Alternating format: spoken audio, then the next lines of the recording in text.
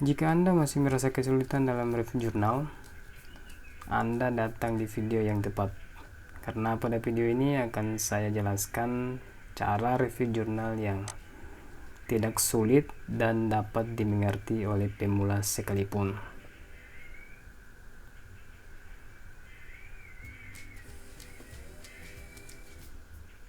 Baik, jurnal ini dapat teman-teman akses pada beberapa situs, baik itu Perpustakaan Nasional dari Google Scholar, DOH, Akademia.org, maupun yang lainnya. Baik, ini adalah contoh bagian-bagian dari review jurnal di sebelah kanan. Kemudian pada bagian kiri itu adalah jurnal yang akan kita review. Pada bagian-bagian review jurnal itu dimulai dari judul penelitian hingga kelebihan dan kekurangannya. Jadi pastikan teman-teman perhatikan dengan baik. Baik, yang pertama untuk judul penelitian itu dapat kita copy dari jurnal yang kita akan review.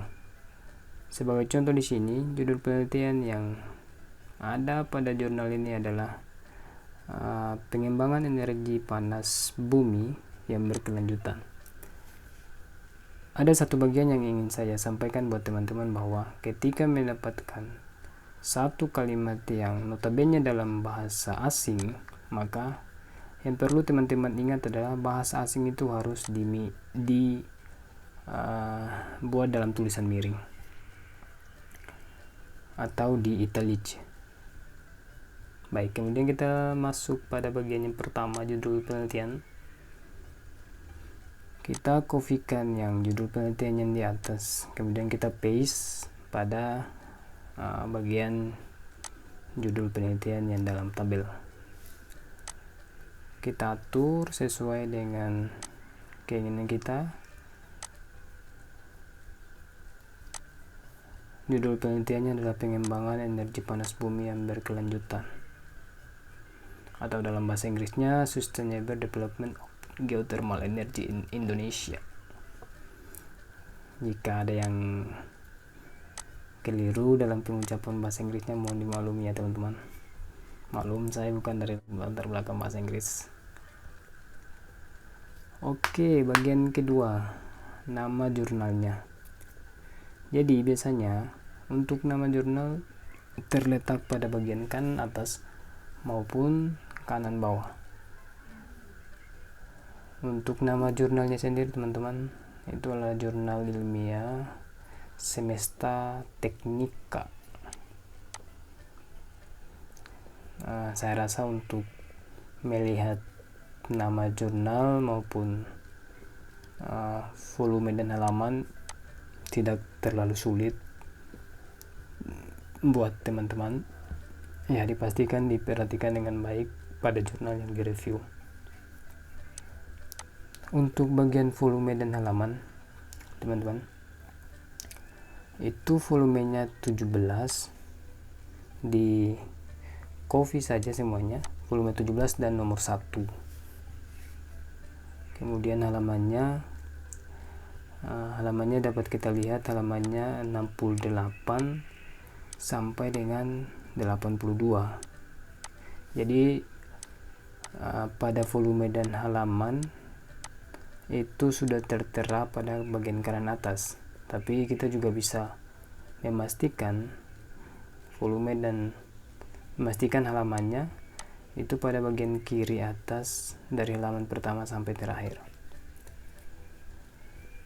Kemudian berikutnya ada tahun penulisan. Jadi tahun penulisannya adalah 2014. Kita tulis saja atau kita kopikan saja. Selanjutnya ada penulis jurnal.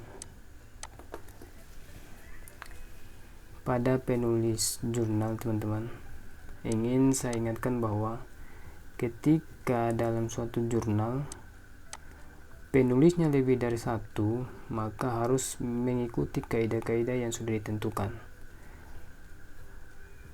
Apa kaidahnya teman-teman? Satu hal yang perlu teman-teman ketahui bahwa penulis yang lebih dari satu penulis, maka dalam proses penulisannya harus diurutkan berdasarkan abjad. Semisal di sini nama penulis Arif Daryanto, nama belakangnya D, maka kita harus menulis Daryanto terlebih dahulu dari Vandari dan Sutrajitno. Itu kaidah penulisannya, teman-teman. Jadi semisal nama belakangnya adalah Daryanto Arif, berarti Daryantonya kita tulis secara keseluruhan, kemudian kita koma dan tulis huruf depan dari nama penulis tersebut. Nah, di sini Daryanto, A, titik koma, Vandari, A, titik koma, dan penulis yang ketiga Suprayitno, tadi salah ucap, Suprayitno, G. Ini adalah contoh penulisan penulis jurnal yang lebih dari satu orang. Selain penulisan yang teman-teman lihat yang ada pada tabel, ada dua cara penulisan penulis jurnal yang agak sedikit berbeda dengan yang pertama ditulis. Jadi dua cara yang ini kita kopikan nama Daryanto, inisial nama depannya, kemudian titik koma et al atau et al. Ini model yang kedua.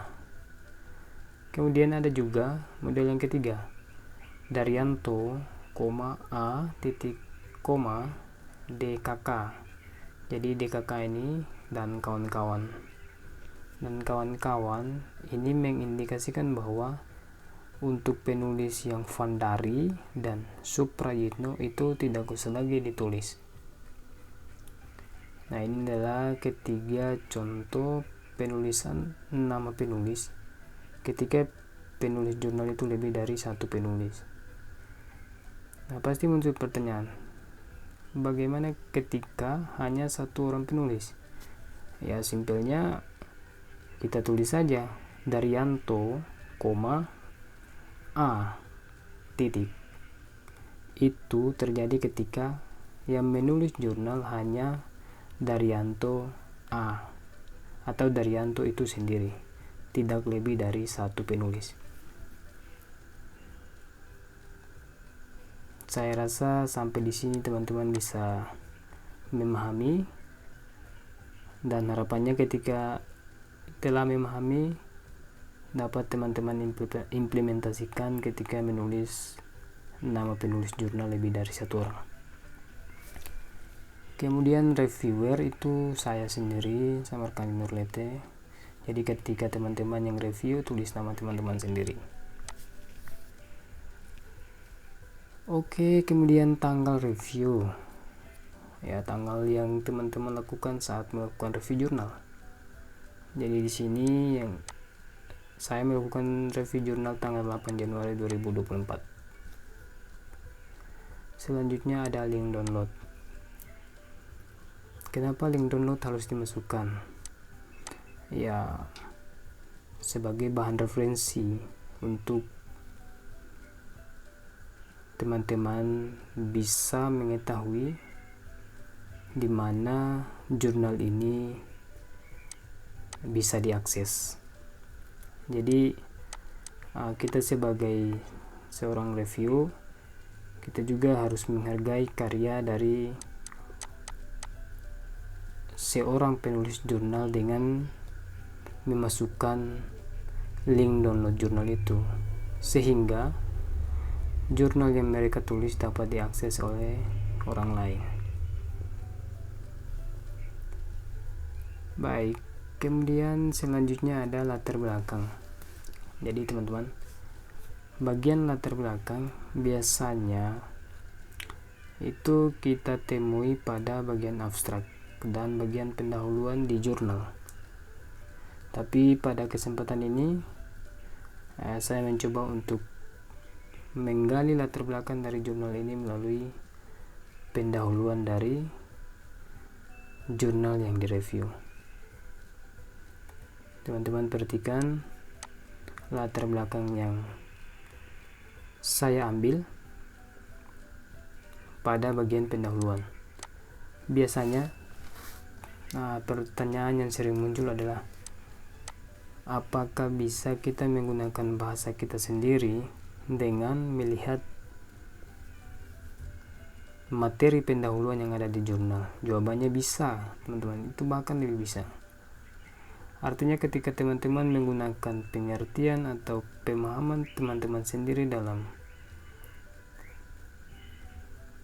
menerapkan atau dalam menyampaikan latar belakang dari jurnal yang direview, itu artinya teman-teman telah sampai pada pemahaman dari jurnal yang direview itu.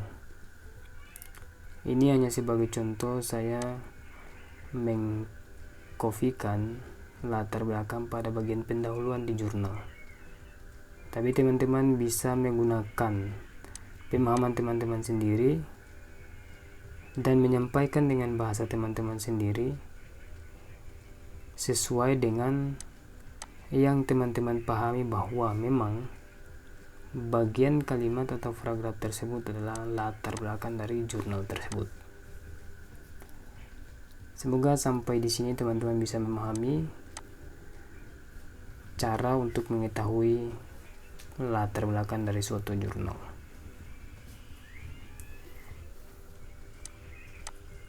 Selanjutnya ada tujuan penelitian. Kok langsung masuk di tujuan penelitian? Kenapa sampai saya membuat alur dari review jurnal tidak ada rumusan masalah? Jadi sebagai pengetahuan buat teman-teman bahwa ketika mengetahui tujuan penelitian, maka dengan sendirinya teman-teman akan mengetahui rumusan penelitian dari jurnal tersebut. Karena pada dasarnya tujuan penelitian membahas atau menjawab rumusan masalah. Jadi ketika teman-teman telah mengetahui tujuan penelitian, maka dipastikan teman-teman telah mengetahui rumusan masalah yang dicanangkan oleh penulis jurnal. Baik, saya akan tunjukkan tujuan penelitian yang ada dalam jurnal ini. Satu lagi yang perlu teman-teman ketahui bahwa tujuan penelitian ataupun rumusan masalah biasanya tidak disampaikan dengan detail kalimat tujuan atau rumusan masalahnya. Jadi di sini letak ketelitian dan ketekunan teman-teman dalam membaca dan memperhatikan isi jurnal, terutama di bagian pendahuluan untuk mengetahui tujuan maupun rumusan penelitian tersebut.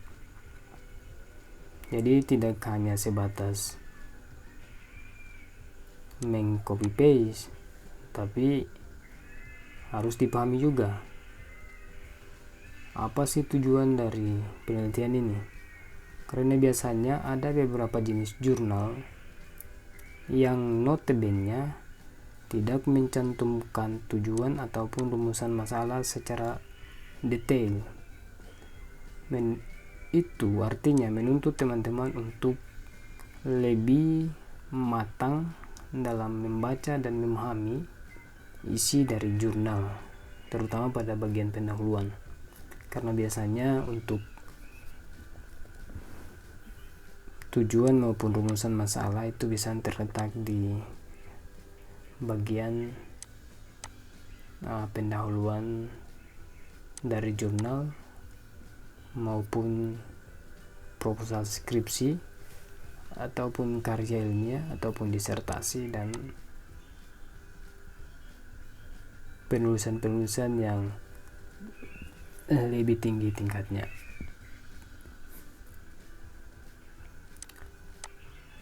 Tujuan penelitian dalam penelitian ini dapat teman-teman baca. Teman-teman juga bisa menambahkan kalimat dari teman-teman sendiri. Bisa menggunakan pemahaman teman-teman sendiri berdasarkan apa yang menjadi tujuan penelitian dalam jurnal itu. Jadi ketika teman-teman tidak ingin bahasanya adalah bahasa si penulis pertama, maka yang harus teman-teman lakukan adalah pahami bahasa yang disampaikan oleh penulis jurnal, kemudian teman-teman sampaikan dengan pemahaman teman-teman sendiri dalam bahasanya teman-teman sendiri. Itu bahkan lebih mudah dan lebih berguna untuk teman-teman. Seperti itu. Ini adalah contoh tujuan penelitiannya. Jadi saya meng-copy paste tapi menambahkan kalimat yang sinkron. Bagian selanjutnya adalah metode penelitian. Kita telah masuk pada inti-inti dari proses review jurnal. Jadi kenapa sampai setiap dosen ataupun guru memberikan kita review jurnal atau tugas review jurnal? Ya, tujuannya adalah teman-teman bisa memahami isi dari jurnal itu, baik dari judulnya, latar belakangnya penulis, tujuan, metode penelitian, sumber data yang digunakan, hasil maupun kesimpulannya. Dan dari situ teman-teman bisa untuk mengambil suatu keputusan bahwa kelebihan dari jurnal yang direview adalah bagian-bagian ini dan kekurangannya adalah bagian-bagian ini. Baik, teman-teman bisa baca metode penelitian yang ada pada jurnal ini. Telah saya copy paste, kemudian sumber datanya pun telah saya copy paste, dan pastikan bahwa ketika ada tulisan ataupun kalimat dalam bahasa asing, yang harus teman-teman lakukan adalah kalimat tersebut harus di italic atau ditulis miringkan. Itu sebagai pembeda bahwa ada kalimat asing yang digunakan dalam suatu kalimat. Kemudian ada hasil penelitian. Selanjutnya hasil penelitian, teman-teman. Jadi hasil penelitian ini teman-teman bisa temui pada abstrak maupun pada kesimpulan. Sebagai contoh, hasil penelitiannya saya ambil dari kesimpulan, tapi juga teman-teman bisa gunakan pada bagian abstrak, karena pada abstrak telah memuat 3 elemen penting. Yang pertama, pendahuluan atau latar belakangnya, yang di dalamnya telah memuat rumusan masalah, tujuan, metode. Kemudian ada hasil penelitian, dan yang ketiga ada kesimpulan dari penelitian. Nah, ketika teman-teman tidak berinisiatif untuk mengambilnya dari abstrak, maka bisa gunakan hasil penelitian yang ada di jurnal, maupun bisa menggunakan hasil yang telah diringkas dalam kesimpulan. Itu sama saja, teman-teman. Sebagai contoh, saya mengambil hasil penelitian pada bagian kesimpulan, dan disinkronkan antara satu kalimat dengan kalimat yang lain dengan menambahkan kalimat atau kata-kata penghubung yang sesuai dengan kaidah-kaidah penulisan yang dirasa sesuai dengan ejaan yang disempurnakan. Jadi tidak sembarang atau tidak hanya sebatas meng-copy paste saja teman-teman, harus dibaca kemudian dipahami, baru ditambahkan kalimat-kalimat penyambungnya. Bagian selanjutnya adalah kesimpulan penelitian. Kesimpulan penelitian, ya teman-teman tinggal lihat pada bagian kesimpulan dari jurnal.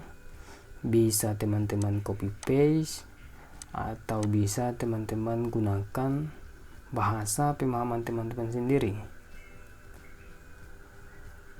Saya pernah menemui beberapa pertanyaan bahwa, Bang, gimana jika nantinya ketika meng-copy paste dari jurnal yang direview dan disalin pada format review jurnal yang kita lakukan, apakah terkena plagiasi ketika diuji plagiasi?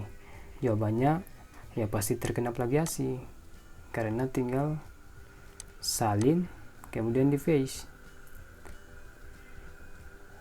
Menjadi tantangan buat teman-teman adalah jangan langsung meng-copy paste ketika tugas review jurnal itu akan dilakukan uji plagiasi. Kuncinya adalah teman-teman baca, pahami, kemudian sampaikan dengan pemahaman teman-teman sendiri, dan itu lebih bermakna dan bermanfaat, dan pastinya jauh dari masalah plagiasi. Selanjutnya adalah kelebihan jurnal. Nah, kelebihan ini teman-teman ya bisa dilihat dari hasil penelitian dalam jurnal, apakah sudah menjawab tujuan penelitian, apakah hasil yang ditampilkan tidak cukup untuk menjawab tujuan penelitian, ataukah teman-teman bisa lihat pada bagian kesimpulan seperti yang saya contohkan. Jadi pintar-pintarnya teman-teman untuk melihat kelebihan dari jurnal yang direview. Bisa saja kelebihannya adalah menggunakan referensi yang banyak, atau menggunakan visual-visual berupa gambar atau grafik atau tabel yang bisa untuk menginterpretasikan hasil dari penelitian tersebut, atau juga bisa dari bagian yang lainnya. Karena pada bagian ini adalah argumen dari teman-teman sendiri. Inilah bagian penting yang harus teman-teman pahami dalam proses review jurnal. Pada bagian inilah tujuan dari dosen atau guru memberikan tugas review jurnal pada teman-teman. Ya pastinya ketika mengetahui kelebihan jurnal, ya teman-teman dengan sendirinya akan mengetahui kekurangan jurnal itu. Sebagai contoh, apakah jurnal ini mampu bertahan untuk menjawab masalah yang sama 2 atau 3 tahun ke depannya? Ya pastinya ada kekurangan yang terdapat dalam hasil penelitian yang diteliti. Atau juga apakah karena referensinya yang kurang memadai? Ya bisa jadi itu karena tidak ada inisiatif dari si penulis, atau penulisnya merasa cukup terhadap referensi yang digunakan. Ini tergantung perspektif teman-teman. Pada bagian inilah teman-teman akan dituntut untuk mengkritisi bagian-bagian apa saja yang perlu disampaikan sebagai kelebihan dan kekurangan. Dan yang terakhir tadi rekomendasi teman-teman, itu adalah bagian penting juga. yang harus teman-teman jadikan sebagai bahan pertimbangan untuk kedepannya.